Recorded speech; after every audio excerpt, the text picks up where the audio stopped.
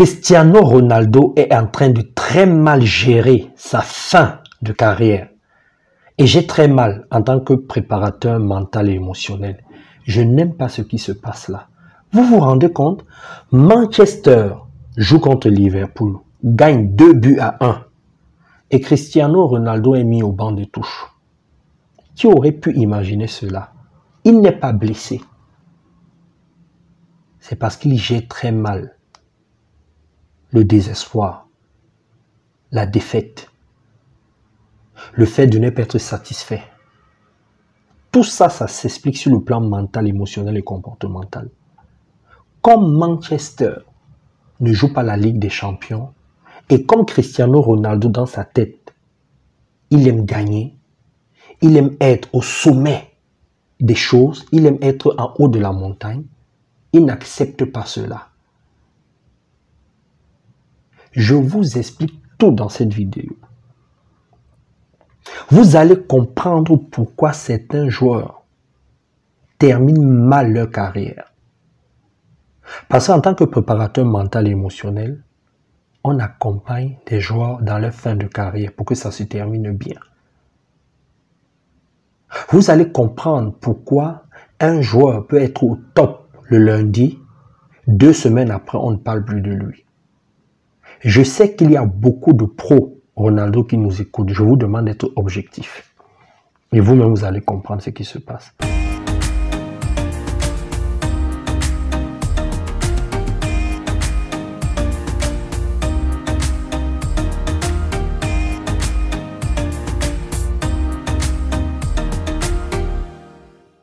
Alors, Cristiano Ronaldo utilise très mal son ego.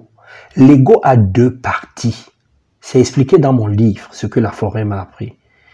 Il y a une partie excessive de soi-même. Et c'est ça qui dérange Cristiano Ronaldo.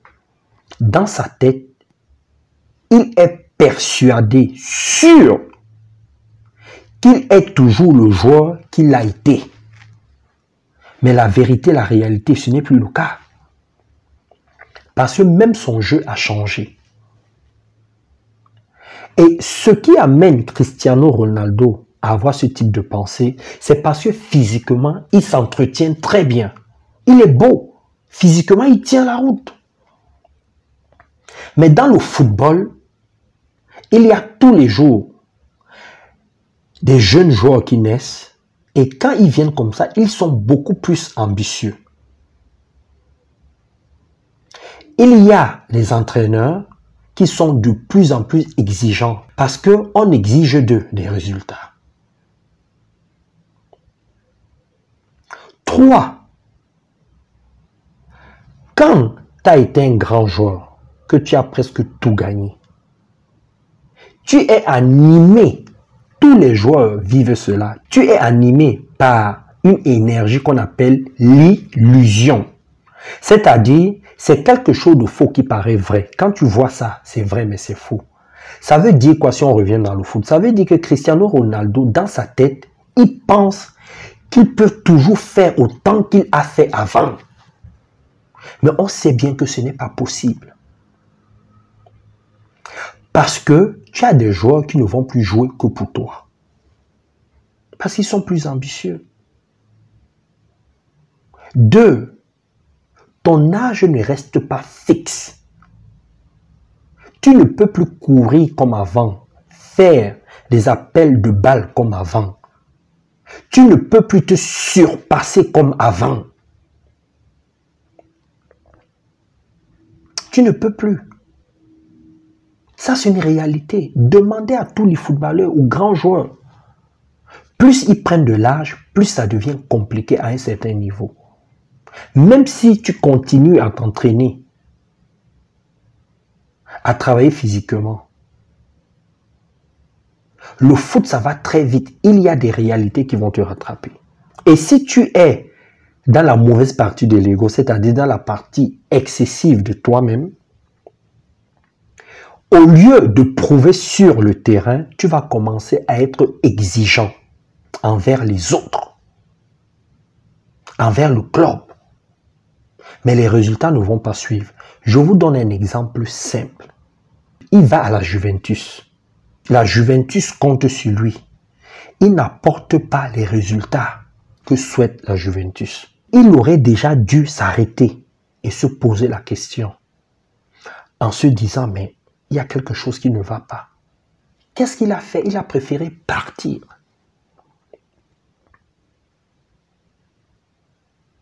Deux, il arrive à Manchester, son équipe.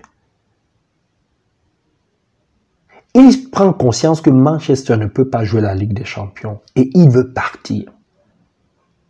Mais Cristiano Ronaldo, si Manchester se bat pour que tu reviennes et pour que tu n'ailles pas à Manchester City, c'est parce qu'on sait qu'avec toi dans l'équipe, on va gagner. Voilà comment pensent les dirigeants. Il joue bien, mais il n'apporte pas les résultats souhaités par le club. Deuxième alerte. Et il devient exigeant. Il veut partir. Et il y a une troisième alerte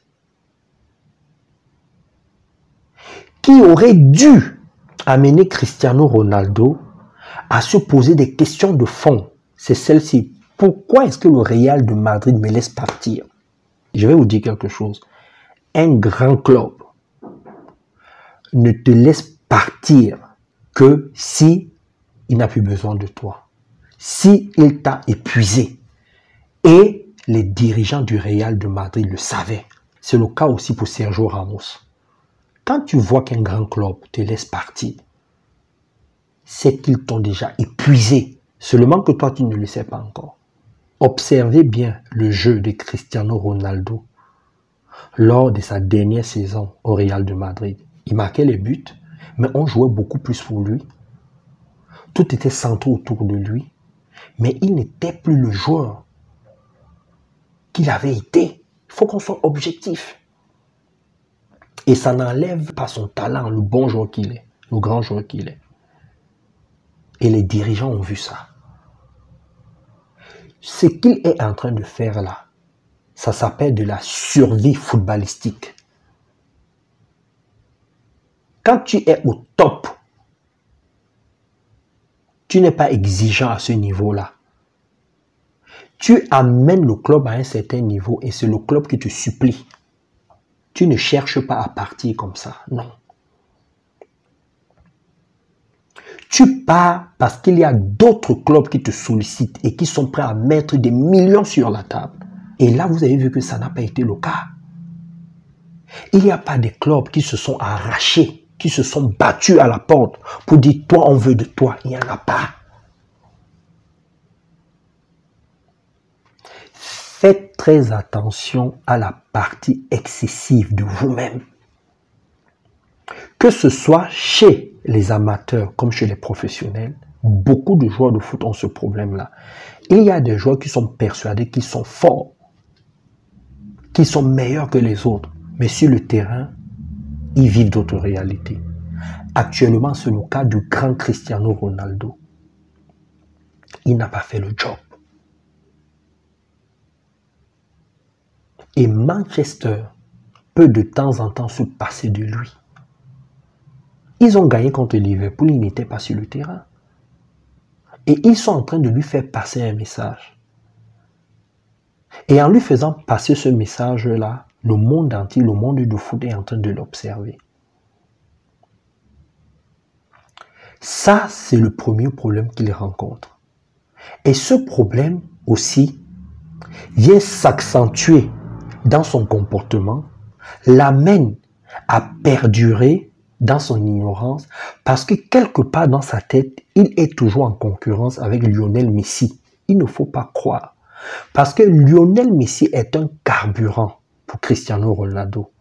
Et Cristiano Ronaldo est un carburant pour Lionel Messi. Les deux se challengent. C'est comme à l'époque dans l'équipe nationale du Cameroun, vous aviez deux grands gardiens de but. Thomas Nkono et Joseph-Antoine Bell. Les deux se challengeaient. Et ça faisait ressortir ce chacun d'eux le meilleur Et c'est ça qui s'est passé pendant des années entre Cristiano Ronaldo et Messi. Seulement qu'actuellement, Messi a eu plus de chance. Il a eu une meilleure gestion. En allant au Paris Saint-Germain, il a su garder sa place. Regardez, au Paris Saint-Germain, il n'est même pas le premier tireur de pénalty ni de coup franc. Le grand Messi, regardez comment il est humble. Parce qu'il a compris que si le Barça le lâche, c'est qu'il y a quelque chose qui a changé dans son jeu. Le Barça aurait tout fait, s'endetter pour garder Messi. Si ils ont laissé partir Lionel Messi, c'est qu'il était déjà épuisé. Observez les 2 dernières années de Lionel Messi au Barça. Il n'était plus le joueur qu'il a été. Parce qu'à lui seul, il gagnait tout un match. N'écoutez pas tout ce qu'on dit là, c'est du saupoudrage. Quand on dit qu'ils ont fait des efforts pour le garder, ils étaient endettés. Quand un club sait que tu vends les maillots, que tu peux l'aider à gagner la Ligue des Champions, le club sait que l'argent va entrer, le club s'endette. L'argent n'a pas manqué à Barcelone. Ils se sont dit, on va refaire l'équipe. Et c'est ça qu'ils sont en train de faire. Et Messi a compris ça. Peut-être même on a tenu ce discours à Messi, mais de façon saine, sans le heurter. Parce que quand j'observe le comportement de Lionel Messi au Paris Saint-Germain, je le trouve très intelligent, très calme, très réfléchi. Il prend beaucoup de hauteur par rapport à Cristiano Ronaldo. C'est vrai qu'ils n'ont pas vécu la même enfance, qu'ils n'ont pas le même fonctionnement relationnel. Il n'est pas exigeant. Le gars est calme et simple. Il a toujours été, mais regardez comment il gère sa fin de carrière au PSG. Alors ça, c'est le premier problème que rencontre Cristiano Ronaldo. Le second problème qu'il rencontre, c'est qu'il ne sait pas comment utiliser la bonne partie de son ego. Parce que la bonne partie de l'ego, c'est quoi? C'est la partie qui te rend fier de toi-même. C'est écrit dans mon livre ce que la forêt m'a appris. Comment il pourrait faire? C'est de se dire, maintenant j'ai eu des ballons d'or. Avec mon équipe nationale, j'ai tout donné. Je n'ai pas gagné la Coupe du Monde, certes, mais je reste une légende. Maintenant, je vais être celui qui va transmettre les attitudes, les comportements. Aider les autres à grandir. Je ne dois plus chercher à gagner comme je cherchais à gagner avant. Aujourd'hui, je vais gagner différemment parce que je reste réaliste. Avant, quand j'étais dans des équipes de foot, je me donnais à 100%. Maintenant, même si j'ai la volonté, je ne peux plus. Je ne peux que me donner à 50, 60, maximum 65%. Je vais aider les autres à grandir. Je vais donner des conseils, faire marquer les autres, amener les autres à jouer pour moi intelligemment, parce que je suis réaliste, ils veulent aussi grandir. Voilà comment il aurait dû penser. Et se dire, ce n'est pas un hasard si je suis revenu à Manchester United. Certes, on ne va pas jouer la Ligue des Champions, mais je reste fidèle au club.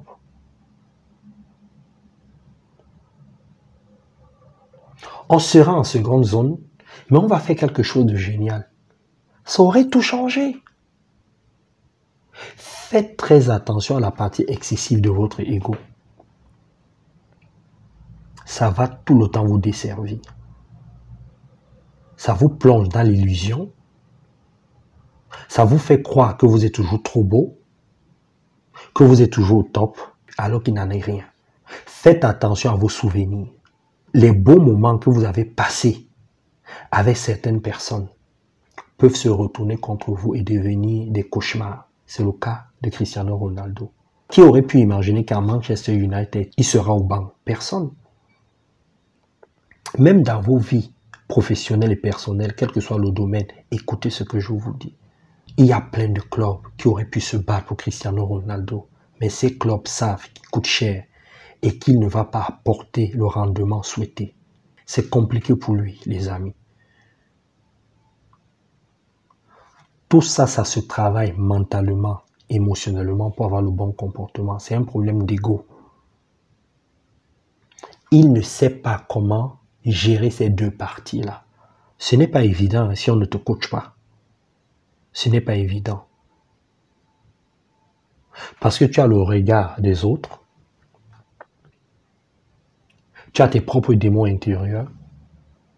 Tu as ce qui te challengeait avant, qui ne te challenge plus, du moins au même niveau où tu t'es challengé. Tu as le fait que quelque part, toi-même tu sens que les choses ne sont plus comme avant, mais tu veux forcer. Donc, il y a beaucoup de choses qui entrent en jeu et qui viennent obscurcir ta logique, ton bon raisonnement et qui te plongent dans des erreurs. C'est ça qu'il est en train de vivre. Vous avez aimé cette vidéo? Partagez-la. Contactez-nous si vous voulez vous faire accompagner sur le plan mental et émotionnel. Bisous et bye bye.